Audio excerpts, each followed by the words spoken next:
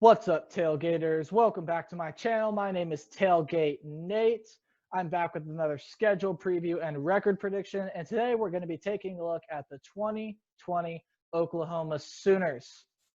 Sooners were a very good team last year. They made it back to the college football playoff yet again, only to have their season ended by LSU. It was a very good season for Oklahoma. Lincoln Riley has not disappointed the Sooner fans yet. I think this year is going to be another very productive year for Oklahoma, and they're going to get back. They're going to continue to be in the playoff conversation. Oklahoma's got a quarterback battle. That should be really fun and exciting to watch. So without further ado, let's go ahead and let's take a look at the schedule for the Oklahoma Sooners. All right, so here's the schedule for the Sooners. You got some really interesting games going on here for Oklahoma, especially in the front half of the season. The back half of the season gets a little bit easier. As you can see, the back half of the schedule is not as hard as the front half. So again, as you see down there, their 2019 record was 12-2. They were Big 12 champs, and as I said, they lost in the playoff semifinal to LSU, who ended up being the national champions. And then you take a look up there at the key. The home games are going to be in that Sooner red. The away games are going to be in cream with the Sooner red background. And then they have one neutral site game, and that, as always, is going to be in black. So without further ado, let's go ahead and let's break down their schedule. First game of the season, they open up with Missouri State. I'm not going to talk about this one for very long. Missouri State, an FCS team. Oklahoma should have no trouble with this one. I have Oklahoma big. The second game, really interesting game. You look at it's on week 2. Week 2 has a lot of very, very good games, and this one's going to be one of them. Oklahoma at Tennessee.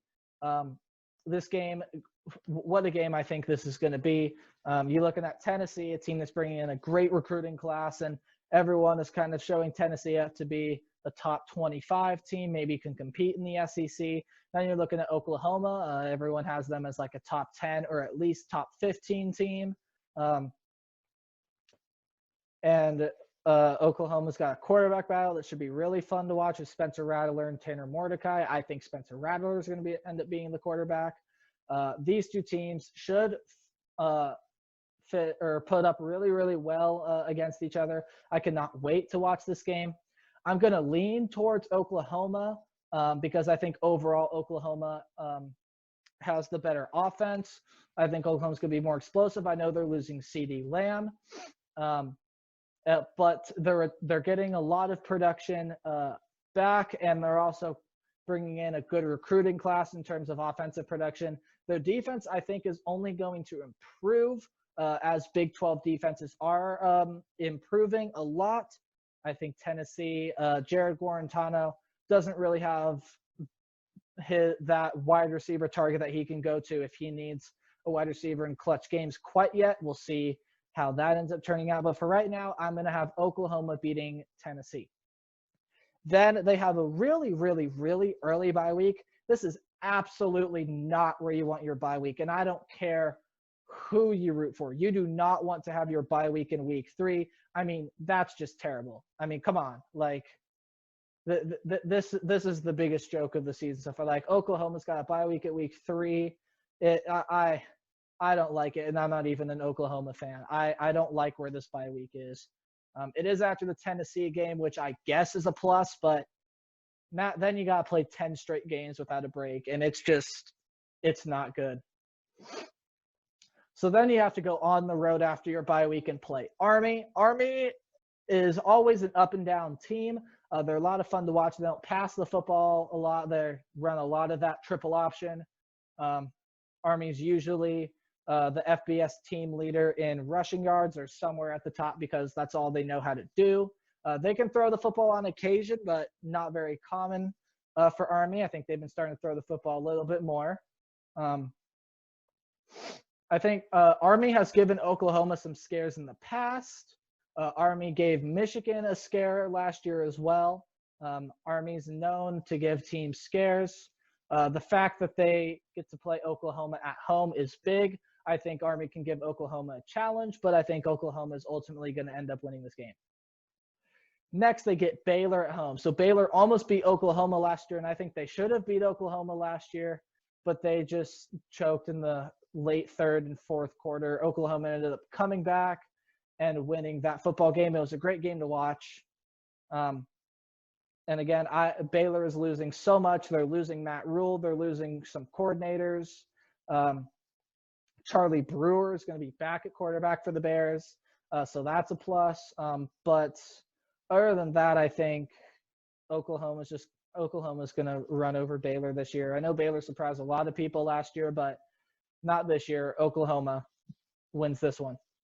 Then it's the Red River rivalry, Oklahoma and Texas. This one should be a fun one. It's a neutral site like it always is at the Cotton Bowl in Texas.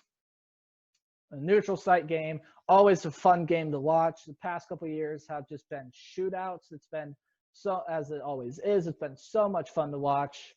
Again, I'm leaning toward Oklahoma here because we didn't have spring football, so I don't know if Texas really is back. I think Texas is going to be back, but again, I don't know that for sure. Texas, again, a really interesting case. I think Texas does have a shot at beating Oklahoma, especially since it's a neutral site game. I don't think Oklahoma is going to be as good as they have been in previous years, so I think Texas absolutely has a shot. As of right now, though, again, it's really like a 51-49 game in favor of Oklahoma. I mean, it's really close for me. Again, the slight edge toward Oklahoma just because of defense. I think Oklahoma's defense is better than Texas's. Their offenses are pretty equal to each other, but Oklahoma's defense is slightly better. So I give Oklahoma the edge in that game. Next, I got to go on the road to play Iowa State. Iowa State beat Oklahoma a couple years ago. It was a big upset. Iowa State has just been starting to get better and better. Matt Campbell has done a really good job with the Cyclones. I can't wait to watch Iowa State this year. Iowa State's running back does not get talked about enough. He needs to get talked about more. I think he can be a 1,000-yard rusher. It's Breece Hall. I couldn't think of his name for a second there. Breece Hall does not get talked about enough. He could possibly be a 1,000-yard rusher this season, and I would not be surprised if he is. He's such a good runner. I'd be surprised if he get talked about more. That's going to give Oklahoma some challenges. I'm going to lean towards Oklahoma in this game as well, but I would not be surprised if Iowa State were to pull off the win here. Oklahoma State, they get Oklahoma State Bedlam. They get them at home. Again, like the Iowa State game, I would not be surprised if Oklahoma State were to pull off a win in this one.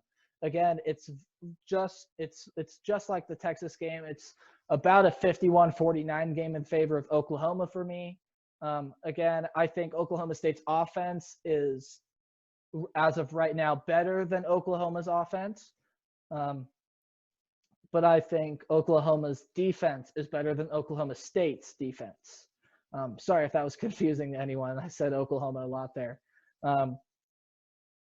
But I think when you put them down on paper, these are two very evenly matched teams. I think this game's going to be so much fun to watch. Again, I'm going to give Oklahoma the slight edge here. But again, would not be surprised if Oklahoma State were to pull off the win. Next, I got to go on the road to play TCU.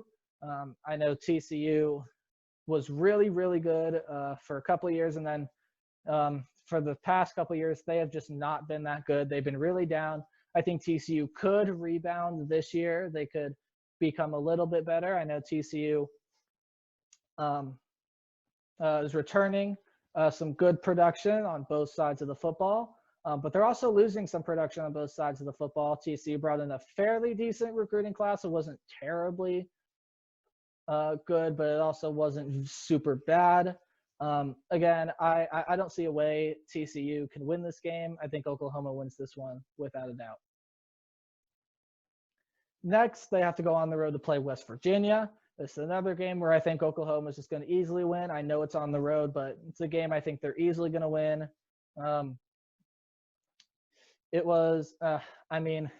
West Virginia, again, a couple years ago was really good. They're really good when Will Greer was the quarterback. He had weapons around him. And ever since then, West Virginia has just been kind of down.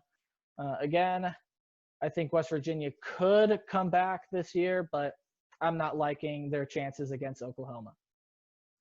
Their next game at home against Kansas State. Kansas State was the team who gave Oklahoma their only regular season loss. I know Baylor almost gave them second, but Kansas State was the one who gave them a regular season loss. I think Kansas State could, again, be a fairly decent team. I don't know that they'll be a ranked team for most of the season like they were last year. Kansas State, again, fairly good at the beginning of the season last year, kind of fell apart toward the end there. But I definitely think Kansas State can give Oklahoma a good game, but I don't like their chances to actually pull out a win against this Oklahoma squad. Oklahoma. Next, they play Kansas. Kansas is improving. I think Kansas won their first – well, sorry, guys. I think Kansas won their first non-conference game last year for the first time in like 78 games or something crazy like that. So Kansas under Les Miles is slowly improving. I think it'll take some time before Kansas becomes a football bowl team again. And saying that as of right now, Oklahoma is going to win. There's no doubt about it. Then the last game of the season on the road against Texas Tech. Again, Texas Tech has been a team that's just declining. They were good a couple years ago, and now Texas Tech is just slowly declining. After Patrick Mahomes left, it's been all downhill there for the Red Raiders. And I don't know. I think on the road, it's a big thing for Texas Tech. I'm not going to spend too much time on this game either because I really don't see a shot for Texas Tech. So Oklahoma. So if all of this being said and everything being considered, I have Oklahoma going 11-1. You look at that 3-game stretch there in the middle of the season with Texas at Iowa State and then Oklahoma State. I think that's where you're going to see a loss. I think they're going to lose either to Texas, to Iowa State, or to Oklahoma, or a team is going to get them, like maybe TCU or West Virginia get them on the road. Maybe they lose to Tennessee early in the season. But I think they're going to end up with one loss somewhere. And it's going to be to either, in my opinion, Texas, Iowa State, or Oklahoma. It's just the most likely scenario. And I think where they might get a loss most likely is Texas. Second most likely, Oklahoma State. Third most likely, Iowa State. But again, somewhere in that 3-game stretch, I think they're going to come up with a loss. So now let's move on to our record range. Our record range is where I take the team's worst case scenario and the team's best case scenario. So the team's worst case scenario for Oklahoma is going to be 9-3. And again, it's that 3-game stretch. I think Oklahoma will maybe win one of those games. It's probably going to be the Iowa State game or the Texas game. They've been really good against Texas past couple of years, except for I believe it was 2018 or 2017. It was one of those 2 years. Or again, they could lose to Tennessee too. So again, I don't see Oklahoma being worse than 9-3. That 3-game stretch right there, in my opinion, the 3 of the top 4 teams in the Big 12 this year with Texas, Iowa State, Oklahoma State, they could lose all 3 of those games. So that's why I have Oklahoma's worst case scenario at 9-3. And then, of course, their best case scenario, just a win above my prediction, is 12-0. Again, when you look at all things considered, Oklahoma still is the best team in the Big 12. They could wipe the floor with everyone as they've done year in and year out in the Big 12. The reason I projected them 11-1 is, again, because of that 3-game stretch and just where you have your bye week. Oklahoma's bound to lose a game somewhere in that 3-game stretch or somewhere in the season. Again, 12-0 is the best case scenario, but my prediction for the Sooners is 11-1. So that's going to do it for my schedule preview and record prediction for the Oklahoma Sooners. If you guys enjoyed, please do leave a like. Also consider subscribing if you are brand new to the channel or just enjoy the content that I put out. And also, if you haven't done so yet, please do leave a comment down below. What's your record prediction for Oklahoma this year? What's a little detail that maybe I forgot? Let me know your thoughts down in the comments section below. And until next time, play hard but tailgate harder. I'll see y'all in the next video. Bye-bye.